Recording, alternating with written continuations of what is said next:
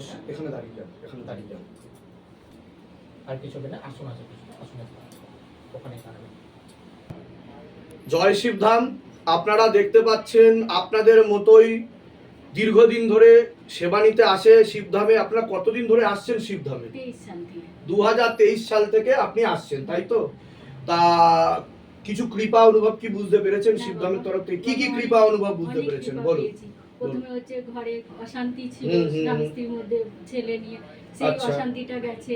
তারপরে হাজবেন্ডের কাজ হয়েছে। তারপরে আমার মাও সুস্থ হয়েছে।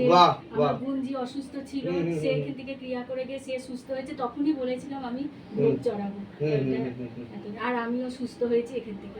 আপনি যে এতদিন দীর্ঘদিন ধরে জুড়ে রয়েছেন, সেবা নিচ্ছেন এবং শিবধামের ভক্তিভাব করে এগিয়ে চলছেন, এর জন্য কি শিবধাম অনেক কিছু টাকা পয়সা আপনার থেকে নিয়েছে বা ক্লেম করেছে যে শিবধামে আসতে গেলে টাকা পয়সা লাগে, বা আজকে ধরুন আপনি ভোগ নিবেদন করেছেন, এটার জন্য কি শিবধাম জোর করেছে বা কিছু? এটা আমি নিজের ইচ্ছায় দিয়েছি, আমার মনস্কামনা পূরণ করেছে বাবা। বাবা প্রতিটা মুহূর্তে আমার মনস্কামনা পূরণ করে, সেই হিসাবে আমি বাবাকে ভোগটা চড়িয়েছি আজকে।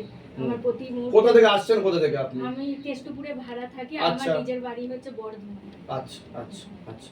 ধামের তরফ থেকে অনেক আশীর্বাদ, আপনারা সুস্থ থাকুন, ভালো থাকুন।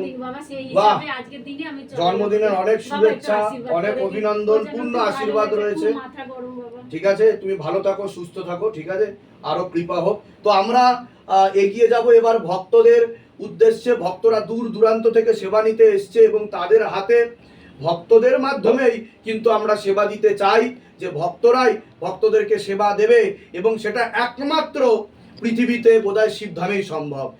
সকলে আরেকবার বলুন, জয় শিবধাম, জয় শিবধাম, জয় শিবধাম, জয় শিবধাম, জয় শিবধাম, জয় শিবধাম। এবার পুত্র অপার কৃপা ঘন কুলনাথ সোনাথ